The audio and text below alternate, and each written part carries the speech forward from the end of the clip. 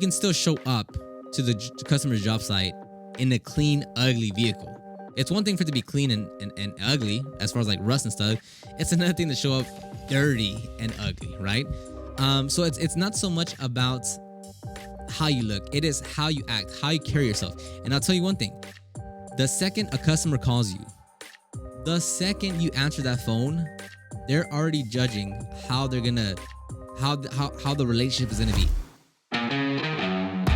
Welcome back to the Detailing Business Class podcast, where you'll learn proven tactics and strategies on sales, marketing, and operations to grow your business. I'm your host, Oscar Gill, and my goal is to elevate you as a detailer and business owner to the next level.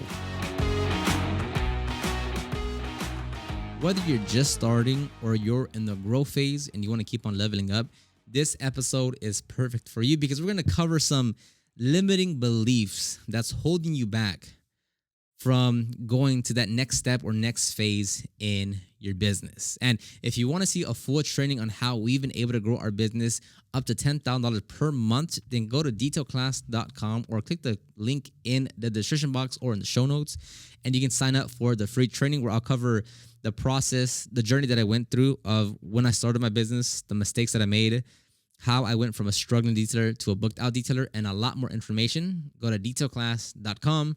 Let's go ahead and get started with this episode.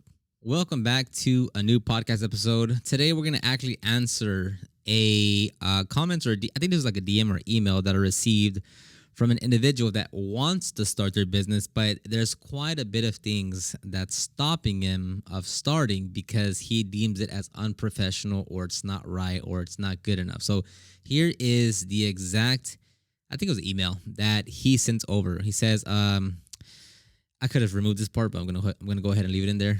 Your content is amazing and your spirit is infectious. Thank you. I am planning on getting my truck fixed and licensed, but I'm concerned about the appearance of my truck. Right? That's one. The rocker panels are rusted out, and I'm afraid that when someone sees my truck, they will turn me down before I get a chance to start, since who wants someone else whose vehicle doesn't look good to work on their vehicle? Okay, that's two. I haven't even tried to put my name out there. My parents and in-laws know I want to start my business, and they are the only ones who know that I am wanting to do the detailing, other than one friend of mine. I have a monster-sized wet vac, and I feel like that's too big. 3. But that might be my ignorance to actually going out there and doing it. All right, so if you've been a listener or a watcher of Detail Group for any length of time, you know that I do not like not starting. I don't think there's ever a time where you shouldn't start, even though you're not fully ready. So on this one, we'll do a quick little breakdown. And obviously, this is great for anyone that's looking to start their business, or I retract that statement. It is good for anyone, this episode, that has some form of limiting belief that they can't do something. And when I mean limiting belief, I mean, let's say you're at 10,000 and you want to get to 20,000, and you're saying, oh no, but I don't think I could do that because I don't have a big enough van. I don't have enough employees. I don't have enough time. Those are limiting beliefs, right?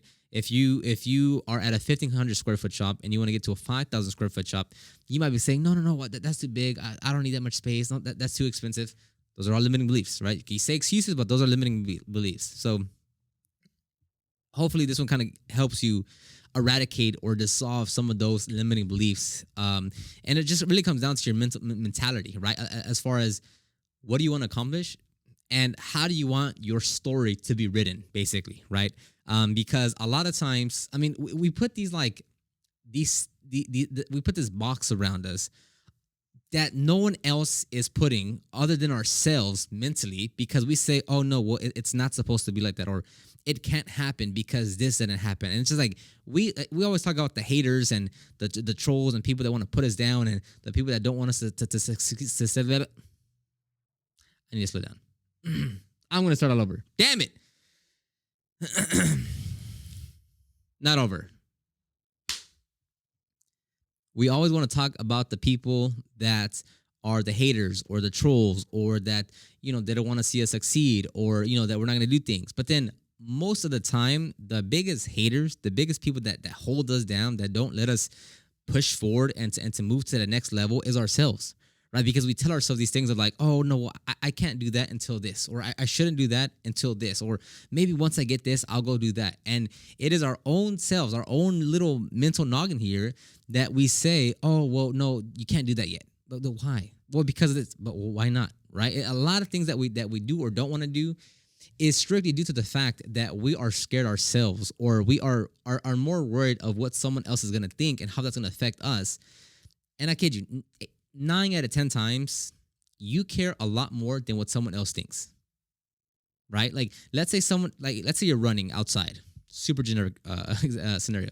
Let's say you're running outside and you trip.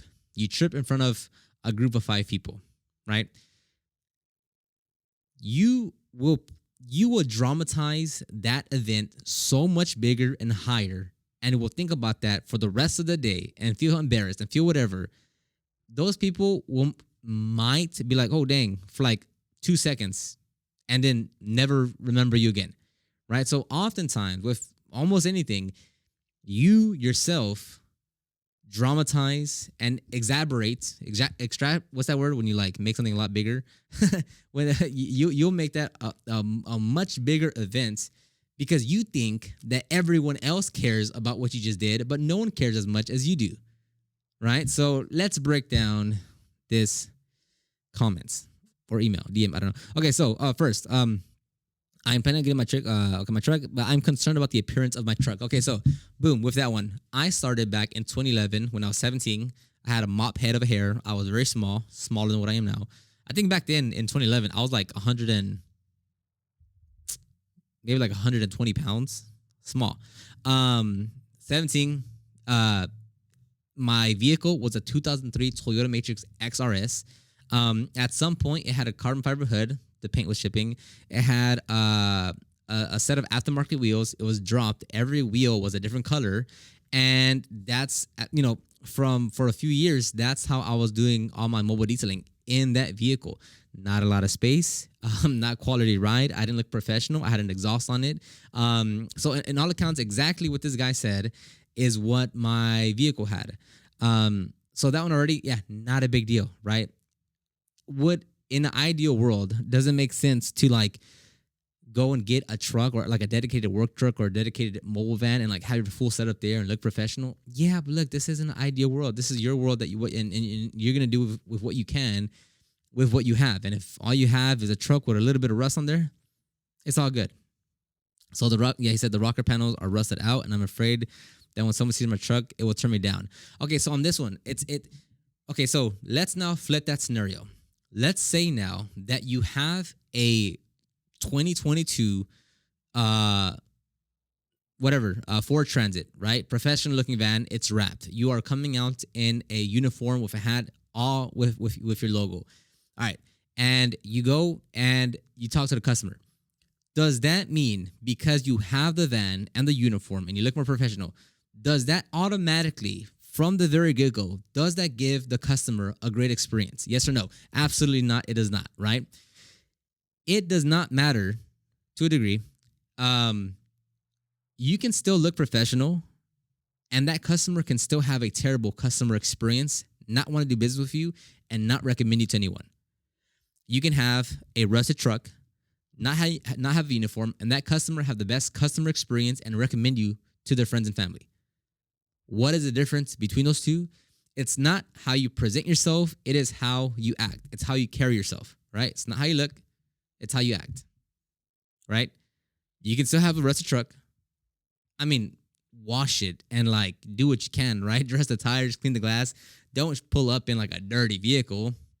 But nonetheless, like you can still show up to the customer's job site in a clean, ugly vehicle. It's one thing for it to be clean and ugly as far as like rust and stuff. It's another thing to show up dirty and ugly, right? So it's not so much about how you look. It is how you act, how you carry yourself. And I'll tell you one thing.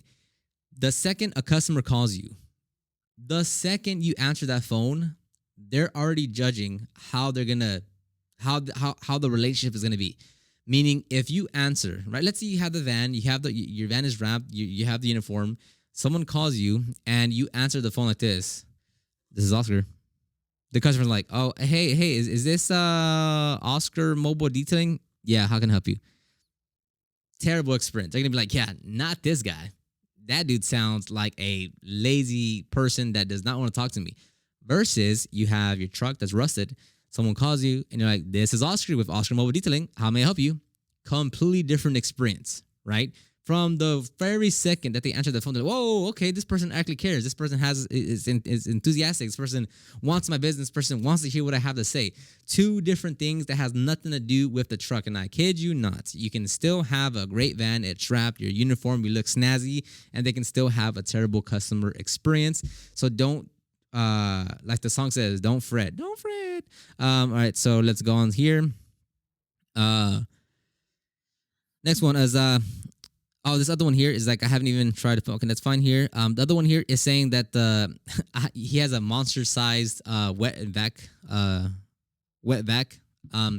I remember this one because I actually also started with this vacuum as well. It's like a 16-gallon, like ginormous vacuum, and this is when I was in my matrix. And I remember I had to go do mobile jobs, and I'd carry this ginormous vacuum. I'd take it out, and it's like, yeah, it was like it's way too big. Like it's kind of overkill. Again, you care more about what others think versus what those other people are thinking about you, if anyone is even thinking about you. You know, so this is like a no factor. And like if you want a smaller vacuum, you could go on Craigslist, Facebook Marketplace, and buy like a $40 little handheld rigid vacuum, or buy a new one from Home Depot or Lowe's for like $80, or on Amazon, like the cheapest ones you can find is still going to be way smaller. So like this one is a no factor because you can easily go purchase another one, right? And like a used one, an old used one that's still smaller, that will free up some space in your truck, because that's a pretty large one to carry. Like it eats up a lot of space. It's a little cumbersome to get out, and just kind of little bit of hassle to work with, which I would recommend getting a smaller vacuum. But again, even that, like, not a big deal. It's a vacuum. Like, you're good to start, right? And the thing, the common thing that you'll find with this example, with many examples, is that once they solve that one thing, another thing is gonna pop up that says, oh, well, what about that? No, well, what about that now? So, for instance, you might say, oh, well, my truck has rust. I don't want rust on it. Okay, like, abracadabra, boom, I fix your rust. Oh, well, I mean, shouldn't I get a wrap now? Because, I want it to look professional. Okay, abracadabra, van wrap now. Okay, great. And then you're like, but now, what about my vacuum? It's too big. It's kind of embarrassing. Okay, abracadabra, bro. Boom, smaller vacuum. Okay, thanks. Well, I don't have a generator now, and I don't want to hook it to the customer's power and water. All right, fine. Abracadabra, boom, generator. Okay, great. Thank you. Okay, well, I mean, I'm not trained or certified, and I want to make sure I give my customers the best experience. Can I get some training? Okay, abracadabra, boom, train. You will always find something else that you need, or something else that, oh, whoa, wait. But that one other thing, please. Like, that's what happens, and that's just like a natural thing that will happen, right? The thing I always like to say is, like, for every one solution, 5 other problems will come about. Right? For every one solution, 5 other problems. So right now you're saying, oh, well, the rust. You remove the rust, it's going to be something else. You wrap the van, it's going to be something else. You get the vacuum, it's going to be something else. You get the generator, it's going to be something else. You get the full setup, it's going to be something else. So you have to be okay with the more important part. Again, whether you're just starting, whether you want to go from 10,000 to 20,000, whether you want to go from 1,500 to 3,000 square foot shop, regardless of whatever that is, you have to be confident in yourself. It is your own, like, don't look at anyone else. Look at yourself and ask yourself, why are you scared to do this one thing? What's going to happen if you do this? Right? More often than not, things don't go as planned as you thought they would. Right? And when that happens, you have to pivot, change, do something to make it work. I mean, that's literally everyone. Like, that's just how it goes. Right? Like, you think this one thing's gonna work, you're planning for this thing, it happens, it didn't go as you planned. Okay, like, you have to pivot. It's gonna suck for a while. You might have to do. I don't know what it's gonna look like for you, but that's literally everyone, right? So if you're looking to start, yeah, go start. Get rid of these limiting beliefs that you need this or you need that. Now, don't get me wrong. That's like the starting phase, right? Like, after a while, like, yeah, you want more tools, better products, whatever. Like, of course, I'm saying, like, in this specific scenario, it's like, because you want to start, like, you can go start. You can start on the weekend. You can start one day a month. You can work on your days off. You can work in the afternoon. You can, like, whatever you think you can, or that's stopping you, it's most likely just made up in your head, and you're becoming your own critic that doesn't let you start. And yeah, there's people on social media that'll talk mess, that'll try to clown you, that say, "Oh, this is that, whatever." Like one of the comments that I really can't stand is when someone says, well, there's a specific comment, but I can't remember what it said. But one of the biggest things that I dislike, that I can't stand actually, is when someone that's already started, that already has their business, and they'll make a statement of, hey, if you can't afford a generator when you get started, you shouldn't start your business. Hey, if you can't afford quality tools and products to start your business, you shouldn't start. That is like one of the most arrogant, ignorant things that I can hear from someone, because everyone just wants a better life. Everyone that wants to start their business is trying to strive for something bigger. So when I hear someone or read someone say like, hey, if you can't afford a generator, buddy, this isn't the business for you. Shut up. Like, no, everyone's going to start somewhere differently, right? When I started back in 2011, when I was 17 years old, I couldn't afford that, right? I didn't know what I was doing. And just so many others where like, you don't know their circumstances, you don't know where they're coming from. And it's like, wherever you are and whatever that you're doing, that is you. That is your starting point, right? Some other people might be able to afford a generator and a full van. Hey, more power to you. There's nothing wrong with that. I'm glad you're able to start with more resources. That's fantastic. Many others simply are in that situation, right? Whether it's due to a many factor of reasons, but it's like everyone is going to be able to start in their own situation. And for someone to say like, oh, buddy, you shouldn't do that if you don't have a generator. It's like, shut up, dude. Like, go home, like go eat some macaroni and cheese or something. So yeah, wherever you are and whatever that you're doing, whatever you have, that is enough to keep on moving forward. And once you keep on moving forward and you push those boundaries and you level up, well, that's when you can start to, I don't know, spend some more resources to eradicate or fix or whatever to whatever situation or problem that you had. Let me see if there's anything else that I need to go over. No, that's it. Yeah, that's it. So, and all in all, if you're just starting and you have some qualms about starting, my best advice is just start. I'll end it right here. If you want to see the full training, again, go to detailclass.com or just click the link in the show notes or the description box to watch the full training on how we grew our business to $10,000 per month. Thank you very much, and I'll see you. I'll talk to you next time. Bye-bye.